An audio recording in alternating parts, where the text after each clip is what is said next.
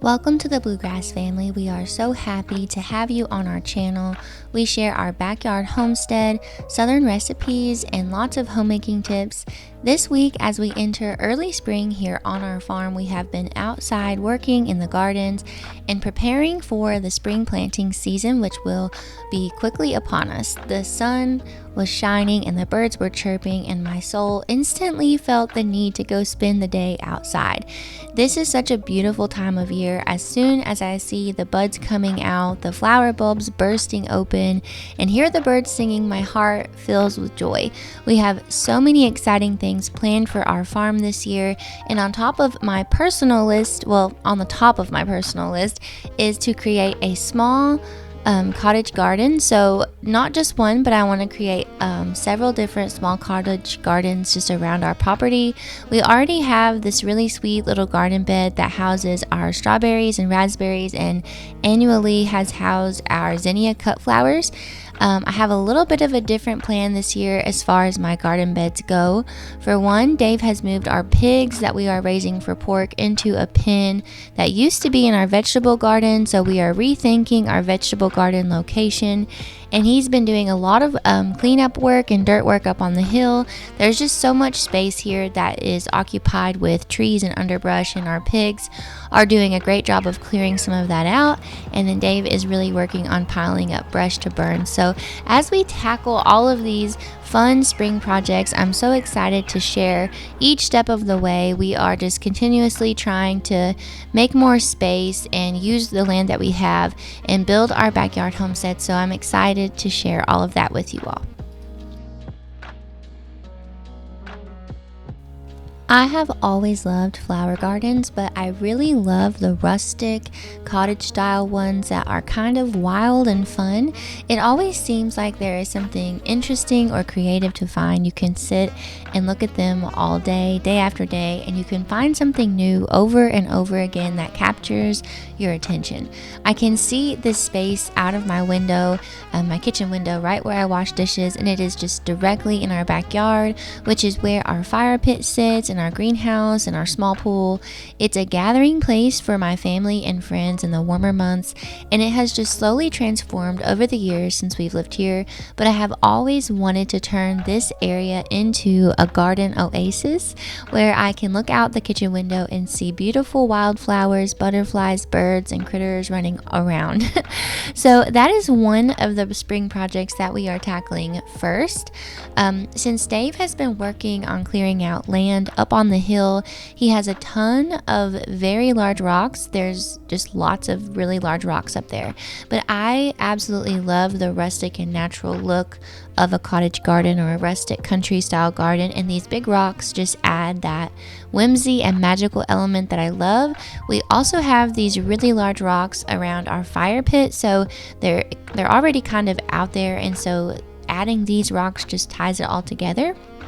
But I want my kids to sit out here where the garden is going to be and paint and draw or write, and be creative, or just relax and take the beauty of nature in. Maybe jump from rock to rock and find an interesting element of nature that they're captivated by. I have just been dreaming up this space for so long, and this spring it's just one of my most exciting projects that I can't wait to share the transformation of what it's all going to look like. So obviously it's going to take time, and I'll be sharing snippets as we continually work on it, but it is something that I can't wait to see come to fruition this year.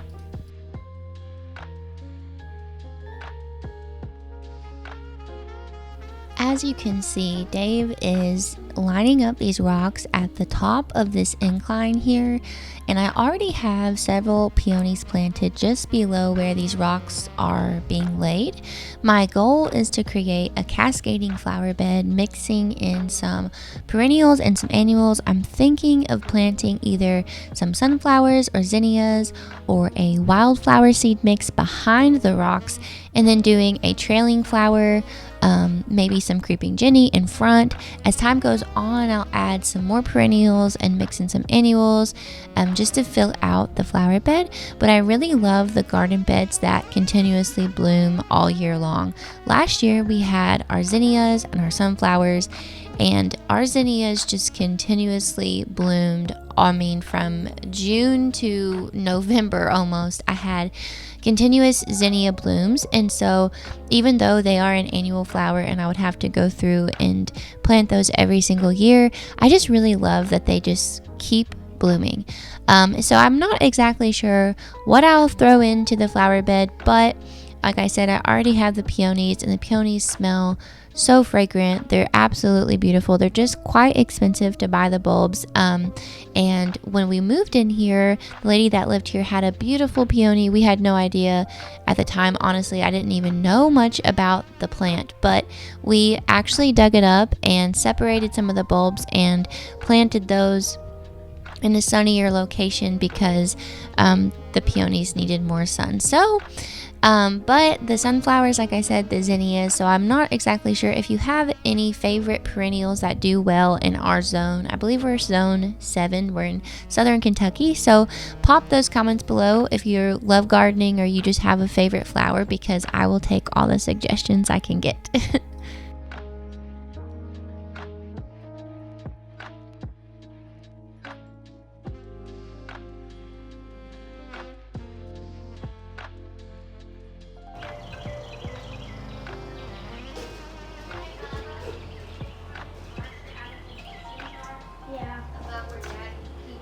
What are you doing?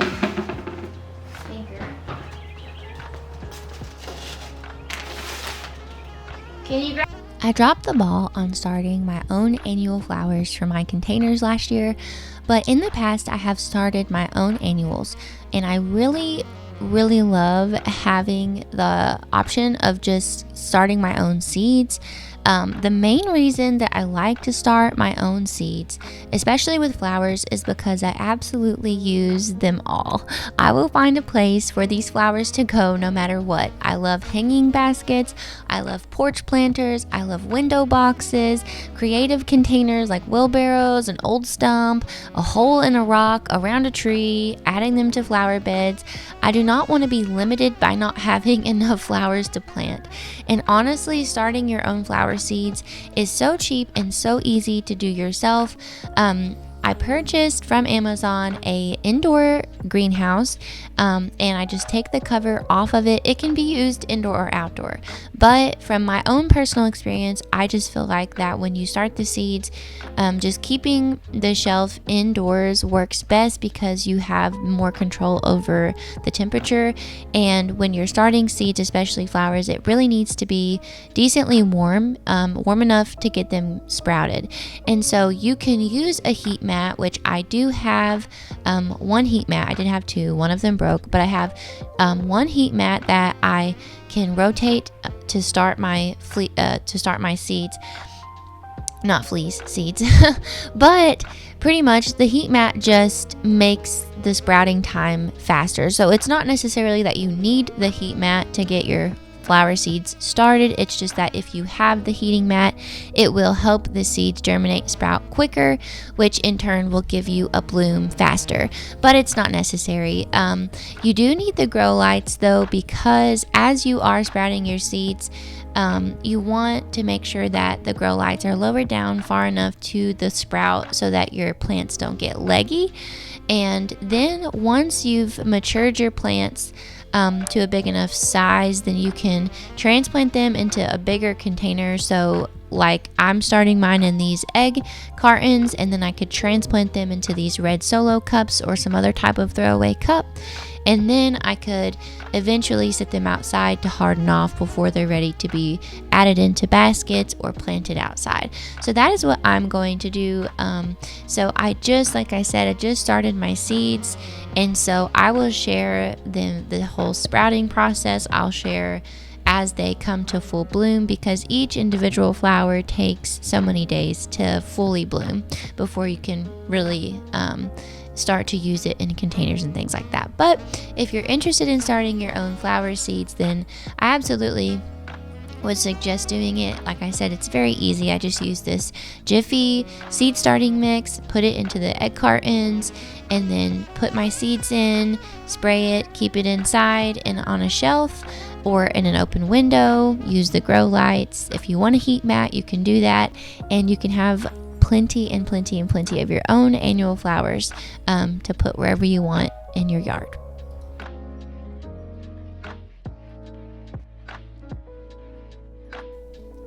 Some of my favorite flowers to start from seeds are marigolds, petunias, I don't know how to say this, I think it's coleus, impatiens. So one of the tips I have if you're wanting to start your own seeds is to go ahead and get all of your flower containers out and sit them where you think that you're going to be putting them. So if you have flower containers that you put on your front porch, or if you want to grow some hanging baskets, if you know where those are going to go, or maybe in your backyard, because each of those places is going to get different amounts of sunlight. And so depending on where your container is, then you may need a specific type of flower that needs part sun or part shade or full sun. And so it's just a good idea to kind of know what flowers work well and where. So for me, I really like to plant coleus and impatiens together because the coleus will do well in part shade and the impatiens need shade, more shade than sun. So I like to plant those together because you have a lot of pink in the coleus and you have pink impatiens and different variations of the impatiens. I also really love marigolds. You can put marigolds in full sun. They're so easy to keep. They're hard to kill. They're beautiful. They grow just very well. They're easy to start from seeds. And so I really love the white marigolds, and I love the yellow, the oranges, all of the different colors of those. I also really like petunias, and if you like hanging baskets, then you probably would really like petunias because they grow really well. They are beautiful trailing flowers, and they grow well in full sun. And then so for my patio, like even with my patio gets full sun in some areas and it gets part shade. So I'll just mix around and figure out what I can put and where. So that's my tip as far as if you are wanting to plan ahead and thinking ahead of what you're wanting to start from seed. And that has worked for me in the past. There are definitely still some seeds that I would like to grab so that I can throw some more in the shade on my patio because I have a lot of shaded area that I'd like to put more flowers in. And then I also have some under the trees. And then if you like starting your own seeds, you can, all of the flowers I just mentioned are annual flowers, which means that you have to plant them every year. They're not going to come back next year. And so if you want, you can even start some perennials, which would mean that you would start them and you would get them going and then they would start to bloom, but they're going to come back every single year. So if you plant those in the ground and they thrive in the zone that you're in, so we're in zone 7 here in Southern Kentucky. If they thrive in your zone, then they're going to come back every single year. And so you can kind of research what zone that you're in if you want to plant a flower that will just come back every single year, which would be called a perennial. And then you can just look up perennials that do well in whatever zone that you're in, and you could start some that way. For me, I've just kind of through the years seen different varieties of flowers that they'll have coming into our local greenhouse, and usually we have lots of marigolds, petunias, geraniums, impatiens, coleus, nasturtiums, morning glories, all of those different types. Zinnias, they have container varieties of zinnias. Goodness gracious, the list could go on and on. But if that's something that you want to do, you could even just walk around a local greenhouse and just see what all different types of flowers that they have. Most greenhouses order just in large orders, bulk orders. They'll just order like ferns and they'll just order whatever. They're having them shipped to their greenhouse. They're not actually starting them from seed and growing them at the greenhouse. They're just housing. They're kind of like the in between the grower and the person that is purchasing the flowers. So, but we do have an actual local greenhouse here that starts their own seeds and does all of that, which is really awesome. But for me, like I said, I really enjoy starting my own seeds. I like having the option of lots and lots and lots of different flowers and different varieties and different colors. And so for me, that's just more fun and exciting. So it might be something that you're also interested in. So give it a try this year. This is the perfect time to start seeds right now. Thank you all so much for hanging around and enjoying this video with me. It's been so fun sharing, and I hope that you have learned something along the way.